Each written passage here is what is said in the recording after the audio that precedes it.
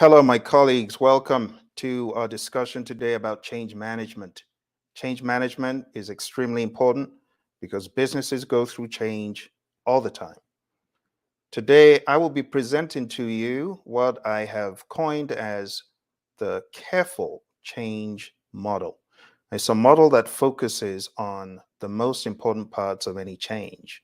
So let's jump straight into today's discussion. This will be very quick. For those of you who haven't met me, my name is Phil.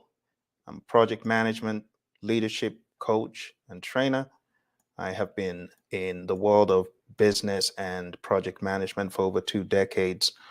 A lot of experience on the government side working with agencies such as the FBI and NASA, Department of Transport, and others. I've also been fortunate to work in a number of companies from defense and space to gaming and aero. Here are some of the organizations I've been instrumental in training, and my firm is called Praision. Very recently, I wrote a book about change management leadership, and the book was birthed out of a response to the never-ending change around us. The business landscape is constantly evolving, as you must have already realized, with 85% of senior executives reporting a significant increase in change projects in recent years. We don't need to look too far. We just look a few years back and we realize that we have all been somewhat survivors of change, if you will. I just say change survivors, especially with the crazy pandemic. If you were hit with COVID, you probably realized that you went through immense change, right? And that's not the only change that we've seen in the most recent years. We've seen a cascading array of changes. Let's talk about the rise of the smartphone. For those of you who were not born in the age of smartphones, you know that that was huge change for some of us, right? What about social media explosion? Some people are still resistant to social media, and I don't blame them, right? It's quite a big change to many people. The e-commerce boom, many of those brick and mortar stores are now out of business. The Toys R Us's of this world. Amazon has made e-commerce a permanent fixture, right? And not just Amazon, many other organizations, eBay and so on. Cloud computing revolution, artificial intelligence. Hello. If you don't see that as change, I don't know what you do see as change. AI, huge change. What about the automation wave, robots and automation? Rise of the gig economy, right? Global connectivity and growth. I could go on and on, right? Do you want more? Here's another set of change, space exploration boom. People are now thinking of recreational trips to space, blockchain, virtual reality, huge focus on mental health in the past number of years, like never before, right? The shifting geopolitical landscape, cyber security threats. Like those of us who grew up in the 70s and 80s, you would never have thought you would have crazies. Just that's their full-time job, being a threat. So there's been a lot of change in the world, my friends. And while change is prevalent, it's all around us, managing change is even more important to understand the art and the science of managing it. It's crucial to navigate this ongoing transformation. Managing isn't enough. Now, we're talking about change in organizations now, right? There's an art and a science to it. And there's certain things that we need to be aware of as we navigate change. The sobering reality about change management is only 34% of change initiatives succeed. I'm going to be showing you some statistics now. So think about it. Of all the change that goes on in organizations, majority of that change is not successful. The change either doesn't last or people are resistant to the change or other factors. And in the realm of change management, the importance of leadership that is both mindful and empathetic cannot be overstated. What caused me to write this literature was I was in the middle of a very turbulent change in an organization that will remain nameless. But it was very sad because what I saw from management was draconian rule. In other words, change or die, change or perish. If you want to be here, if you want a job, then we don't want to hear it. We don't want to hear it. And you need to get on the bandwagon and obey. Similar to something like this, and I know you can relate. It's like pivot or perish, you peons. You got no voice in the matter. Change or die. And that's not the way change should be. It made me reflect that that change management was trying to push was a huge oversight in change management, the human factor. So I began to think about what was missing in the change I had been through and what was present in other changes in other organizations that I had been in that will also remain nameless.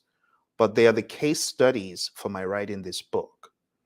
And I realized as I began to think about what was missing, comparing and contrasting this to another model of change, or I should say, many other models of change, it was apparent what was missing. It was apparent what was not being emphasized. The PMI, they wrote a book or a publication. It's called Managing Change in Organizations, and they break down change into different categories. So they have the Bridges transition model, which is a good start, understanding what happens to individuals as they go through change. And that was kind of espoused in the Kubler-Ross model or the change curve. People go through denial. They go through a stage of anger. They start trying to make sense of it, right? Bargaining. Then they could become very depressed. And this is not everyone, but this is change that people view as monumental change. You could call it a level 2 type of change. It's beyond process. This is now personal. And I realized that a lot of organizations don't think about this. They don't think about what people go through. Not everyone. Some people don't care. Some people is like, okay, well, as long as I get a paycheck, I don't care. Not every change is viewed from the right lens. And in my book, I look at change as largely psychological. I look at change as being all about the people, not about the process. So category 1 is like a psychological type of change. Category 2 in PMI's publication is change as a process. And they give us an example of John Carter's model, 8 steps as one goes through change. And then we have category 3, change represented as system models. And this was broken down by Watzlawick, Weakland, and Fitch. And they surmised that most existing theories of change were philosophical. So they broke it down further and they went more into the first order and second order change categories. The first order change category, we can look at things like this, like going through the scope of the change, creating a vision, driving commitment, accelerating the transition, and so on. And then we can also look at change through the lens of the Jack Welch GE model. Again, it's really more like the process of change. And then the third category in the book is the PMI approach. And it's formulating the change, planning the change, implementing it, managing it, and sustaining it. But there's something missing, right? And what is missing is the people element more than anything else. It's buried in there, but it's not at the surface that management needs to be thinking of change at. It's buried.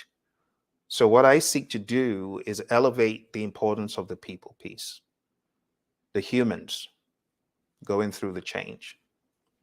Organizations with effective change management from McKinsey have a 6 times higher chance of exceeding performance targets. So if only we paid more attention to the catalyst for change, which is the people, and do it the right way, we'll do a lot better. It's the human factor. So, what I am recommending to organizations going through change is they elevate the importance of the emotional, because I see that as being missing. I look at levels of emotional connection as level 1, 2, and 3. Level 1, I just look at it as sympathy. Oh, I feel sorry for you. You feel sorry for me, but you're not really thinking as me. All right. You're so sorry you need to go through this change, Phil.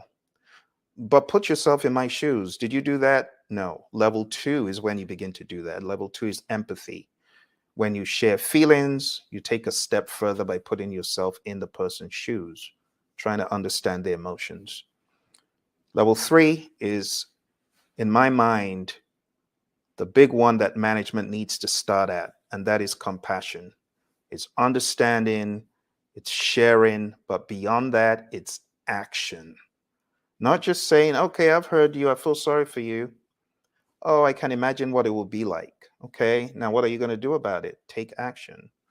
So, this is the most comprehensive level when you combine an understanding, shared emotions, and the desire to help and moving into action. I call it traction for action.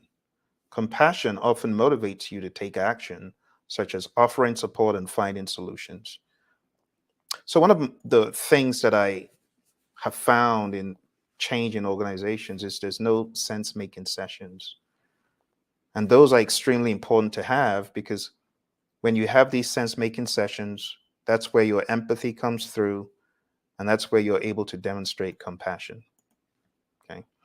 So, in this model, this 7-step model, the 7 steps are: number 1, compassion, understanding, taking action based on your understanding.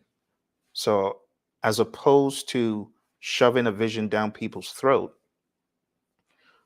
my idea is to come forward with compassion right off the bat. Understand that people are going through challenges. Just understanding that change is coming, whatever that change might be. To you, it might be a small change. To them, it might be, oh, the sky is falling, the earth is shattering kind of perception. Number 2 is active listening and inclusion beyond hearing. We're not just talking about listening.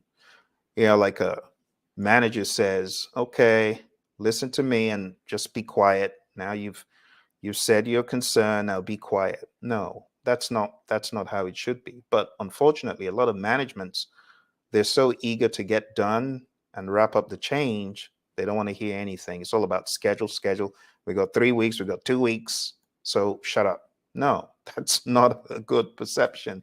It's not a good attitude where change is concerned. Number 3 takes it up a notch from just active listening and inclusion to actual dialogue. So now we're having dialogue, painting with patience, painting the picture of the future.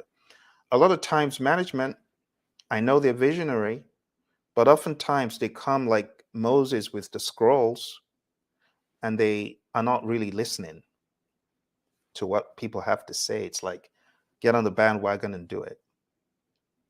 Instead, we want responsive dialogue. And I'm going to show you the science and the mindset behind these steps, because this model is different. This model is not meant to replace your already existing models. This model is meant to accentuate the human element majorly and to really focus on it. Number 4, empower through engagement. So when I say empower, a quote from my mentor, John Maxwell, he says, only secure leaders give power to others. How can you give power to people? You give power to them by making them part of the process, giving them the option, conferring that authority, giving them part of the puzzle to put together. Not, this is what we're going to do. No, empower as much as you can. So empower through engagement. get them engaged, get them part of unraveling the plan, and do it early, right? And craft a collaborative timeline. A lot of times people will just tell you, oh, we got 5 months for this change. But in my mind, there needs to be dialogue about a timeline. I'm not saying it's always possible, but in my mind, there needs to be dialogue. Excuse me. There needs to be a lot of dialogue. All right. Let's go to number 5. Number 5 is flexibility in planning. I just call it being agile. So while you have a timeline that you're thinking of, that you've collaborated on, that you've worked on, there may be opportunities and you got to be flexible. Number 6 is unite and empower.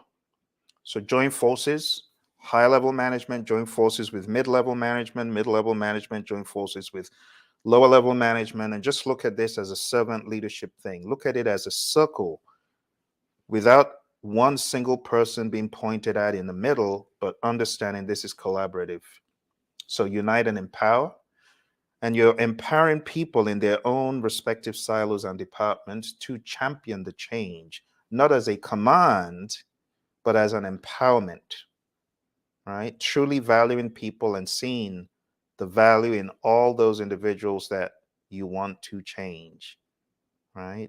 You're thinking, I want my people to use SAP, and your people have concerns because some of them have been using a different system for the past 30 years. And you just want to shut them up and shove them down the alley and say, pivot or die. That's not how to do it. A lot of companies are guilty of this approach. Some of them not as overt, like pivot or die, but it's still draconian rule in a lot of firms, sad to say. Number 7, finally, you got to be lean and you got to think about learning. People have to learn, and you also need to think about the longevity. So we have 3 components in letter L. First of all, you want to do it as painlessly and as efficiently as possible. Secondly, you want to give people ample opportunity to learn and understand that people are diverse in how they learn, right? Remember the J curve that we just looked at? And then longevity. You got to make it a lasting change. And you know how to make it a lasting change? There are many variables, but the key variable is buy-in, understanding, feeling that this is part of my solution, not the solution management brought, but this is part of my solution. I was part of this. I own this as well. Not management pushed it and pushed it and pushed it on us. Whether it's a system, whether it's a business process that you're re-engineering, you got to get more traction from people. The next thing I want you to observe here are the arrows, very subtle at the top. But the arrows at the top are just here to make you see there needs to be a PDCA mindedness to it, right? A plan, do, check, act mindedness about it. You don't just say, oh, I'm done with compassion, then I move on to active listening. No, no, no. You're always in the compassionate state. You're always in the active listening state. And that continues. You don't leave it alone. It's not like the cycles where you do boom, 1, boom, 2. No. This is iterative.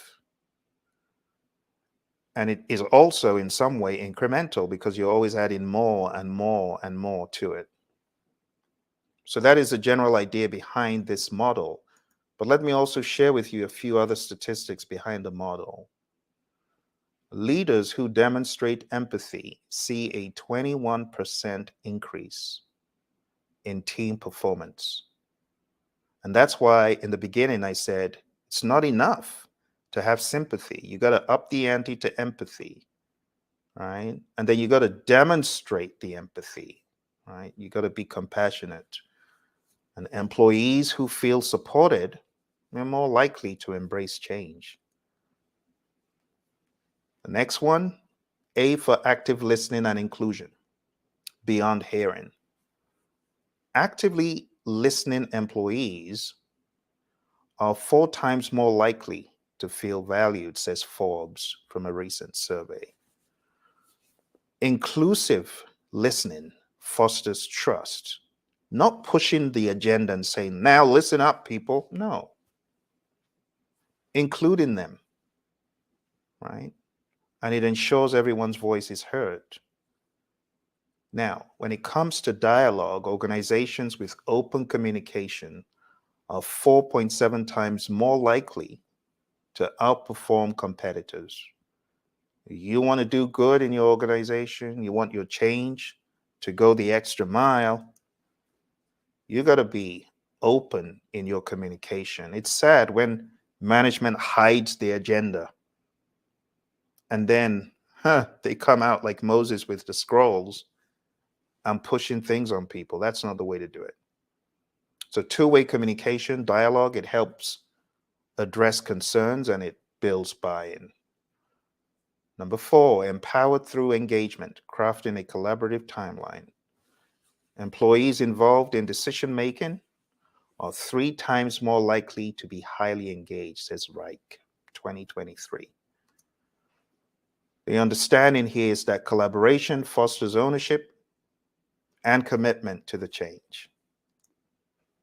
Number 5, flexibility in planning. Planning the path forward and being agile about it.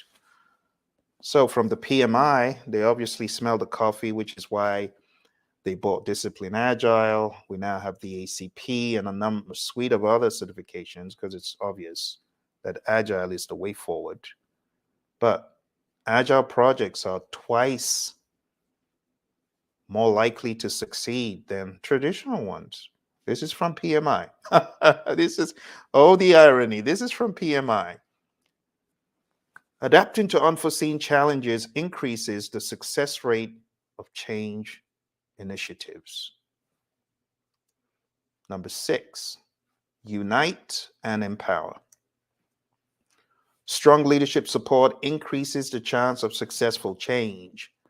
This is from ProSci, Masters in Change Management, and the ADCOM model. And the relevance of this is champions provide guidance, motivation, and remove roadblocks. You got to make your people champions at every level. I think it's very clear that looking at these statistics, it's not about the management. Change success is about the people you're putting through the change. Finally, number 7, lean implementation, learning, and longevity. You got to simplify the journey for your people. Be lean. Make it painless as possible. You know, some organizations, they're very guilty of putting so much change on people. The change becomes so monumental. It's now a burden. And people can't even think straight anymore. So, change initiatives with clear goals are 6 times more likely to succeed. What does this tell us? We got to work on the vision with the people. Don't just have the vision and say, one and done, now go do. No. Now I understand that there are going to be times when urgency is of highest essence. Yes, I know. But as much as possible, we want to understand that we need a streamlined approach with continuous learning. We got to take what we're learning, put it back into the process. Just because you went live on day 1 doesn't mean that you're going to be successful on day 2 and 3. So you always want this lean-mindedness, you know, this plan, do, check, act, or this retrospective mindedness. So always look back and say, what could we have done better? Let's do it. Not just what could we have done better, but actually do it. So what makes the careful model different? What makes it different is you can use this model with any of the models you're using, but just be super aware of the human aspect. The human aspect is massive. There's a lot of change going on, but a lot of it is not successful. The greatest leaders are those who walk the path of change in the shoes of the followers, understanding the journey's terrain through their eyes. You want to be a great leader? Have some empathy. Step one, compassion. Compassion and understanding, that's the starting point. So, this principle in the careful model, it became vividly clear when I observed colleagues who had relied on certain tools since the 1980s. I was in this organization that will remain nameless, and my mentor in the organization was distraught. The poor guy had been using these tools since the 80s. Now, here's come SAP.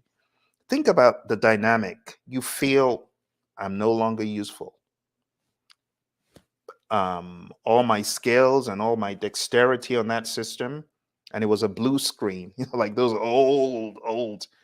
So imagine these people being told you gotta get on the bandwagon of SAP. No sense making, just work or die command. Not good, not good, not good. And just seeing people grapple, it made me start thinking. I mean, this is way back. This is way back. But in a lot of companies, nothing has changed. They were very reluctant, and that's why management started powering up on them. And their reluctance wasn't a rejection of innovation. We understood, yes, SAP is great. It's got all these fancy, you know, tools and the fancy GUI. Yes, it was just a plea for recognition. It's very sad. I actually kind of get emotional talking about it because my mentor was distraught. So imagine a company's going through change. You have people who have been used to certain systems and process, and you're almost terrorizing the people. That's not ideal. It's not ideal. I talked about level 1, 2, and 3 in the beginning, and I said we need to get to compassion, right? Compassion is, yes, I know you studied hard. Maybe I can help. Let's do this, as opposed to level 1. Uh, oh, that's sorry. I'm so sorry you failed, right? You recognize your sadness, but you ain't doing nothing about it. You got an 80, or maybe you got a 90. They got like a 30. And some people, they honestly would say, oh, I'm sorry to hear that, but the next minute they're off. Level 2 is, I know how much you studied for that test. You must feel terrible, kind of resonating with the emotions. But what are you going to do about it? A lot of management, they know they're being draconian, but they don't care. And they ain't doing nothing about their bad behavior. You can do your management a favor and send them this video. Send them the video. Oh dear. Okay. So we got 3 silos here, my friends. I really want to hit home the difference between sympathy, empathy, and compassion. Sympathy is like pity for someone's misfortune. Empathy is the ability to understand and share the feelings of another. Compassion is a deep awareness of and a wish to jump in and act and to act. Okay? So we want to have that compassion. We don't want to be like this horrible boss. It's like pivot peons. Yeah, we don't want to be like that. We don't want to be like this guy. Oh, listen to me and don't say a word. We don't want to be like that. We want to have that compassion, right? What are the inputs to compassion? So this is the model. I take each letter, each word, each piece of the framework, and I'm breaking it down so that everyone truly understands what the inputs to this could be, what they could look like. So, compassion and understanding, there's certain inputs that I would expect. Apart from really sitting down and having wholesome conversations, there's things you could do to enable those conversations to be more productive.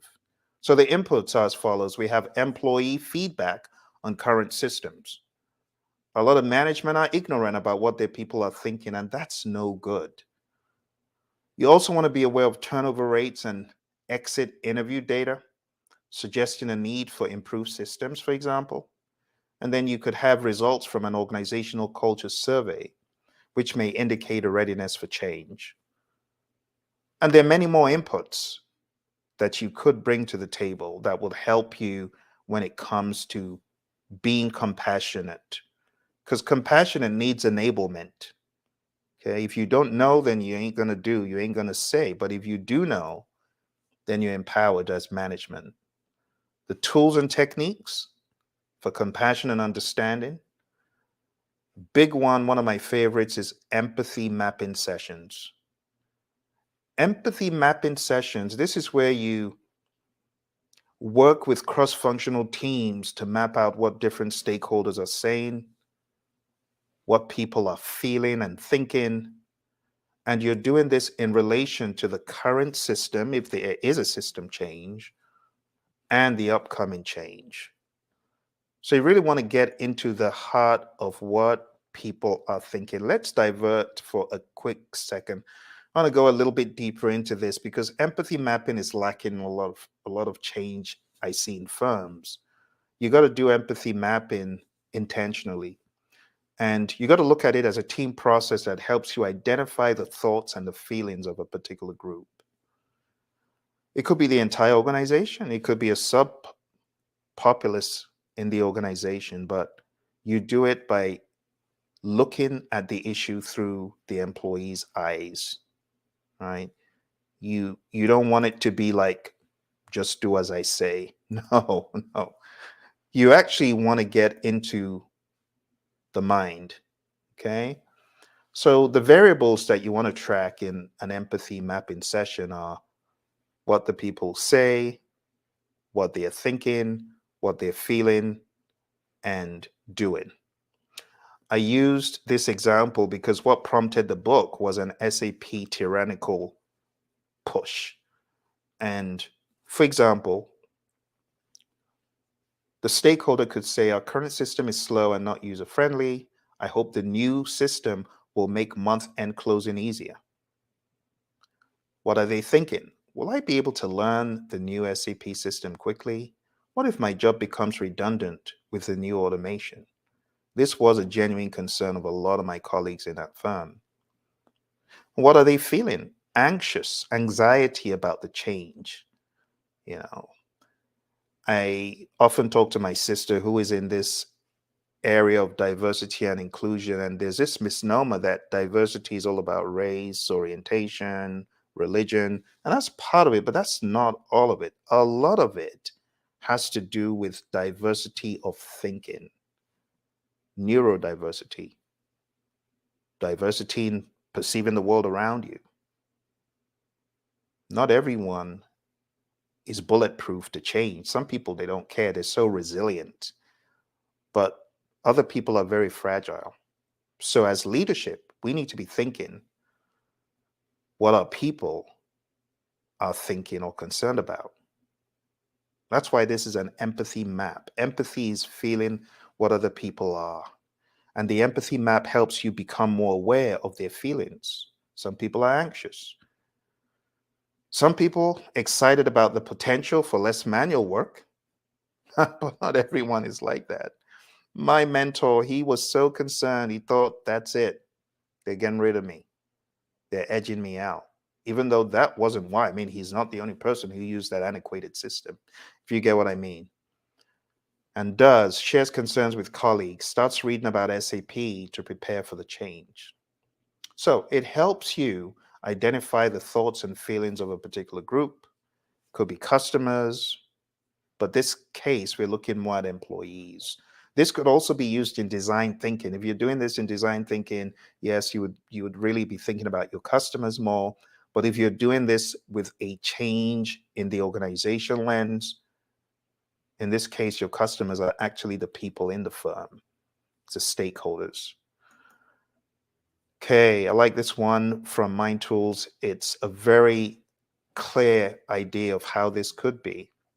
So you could have people in the room either sharing firsthand, or you could have post-it notes that are stuck in these sections.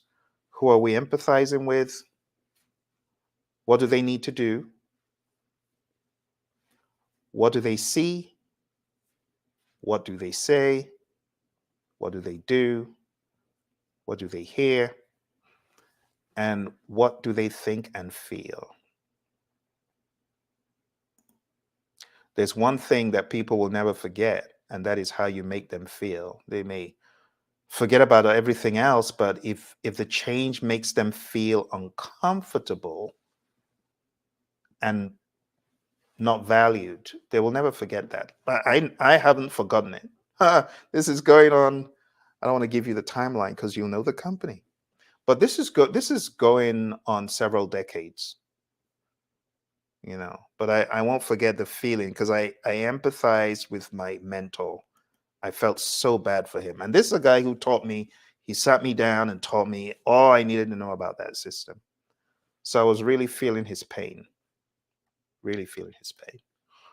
All right. So for those of you who just come in, we're talking about the aspect of compassion in my framework, the careful model. And we're talking about tools and techniques. I know it may sound a little bit strange to some people that it sounds a bit scientific, but they are techniques, right? For you to do a good job with compassion and understanding.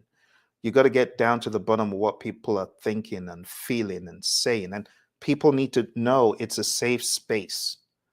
So you always need to let people know, don't worry, everything that you say here, it's safe. You know, get candid, honest opinions are sought. The output, you could get an empathy map for each stakeholder group affected by the transformation. You could also work on a summary report of focus groups, findings, detailing common concerns and sentiments about the change. And when you put together focus groups, again, it needs to be done, in my mind, with all levels. Don't just look, oh, senior management is all going to be in this focus group. No, have diverse levels. Have everyone from the janitor to the CEO as potential people on that focus group. That's how you're going to get the best. Make it a safe space. We all just play roles. That's the idea. All right. A summary report could look something like this, right? You could have the key concerns raised, suggestions for leadership, and the general emotional temperature. This can be done by people who are very good at summarizing and very good at looking at data quick. Okay. And my friends, that's it for today. We have come to the end of my introduction to the careful model, and we just went through the compassion piece, the very first one. On the 2nd of April, I will be presenting this in a lot more detail. If you want to be part of that webinar, just stay tuned to the projectmanagementdoctor.com website. The announcement will be up there when the webinar will hold. It will actually be at 11 a.m. Eastern. I'll be joined by a couple of my awesome colleagues, be joined by Robert Annis, business psychologist, and my mentor in Agile, Roy Schilling. We will all be discussing the careful model, breaking it apart, and revealing further insights. So if you want to be part of that, just stay tuned to projectmanagementdoctor.com. You'll be seeing an announcement in the week that follows. Okay, if you have any questions, feel free to put them in the chat. I would love to take questions that you have. I see that we had a chat come in, and this is from Dirk. Well, thank you, Dirk, for chatting in. Dirk says, hello, lived in the Caribbean. How can I get my hands on some of your materials? So, Dirk, the best way to get some of my materials, and I'll just share this with you. You could go on Amazon. There are a number of books that you can find on Amazon, but you can also find books on this site. Let me see if I can send you a link to where you can find some of our materials. If you go to the praizion.com site, which will lead to the website I just mentioned, the projectmanagementdoctor.com. You will also be able to get some of our courses. You'll be able to download some of our materials. This book is on a different website. And let's see if I can get it up to share with you. I will put a link, actually. I'm going to put a link to the book. And thank you for asking. Let's put a link to the book.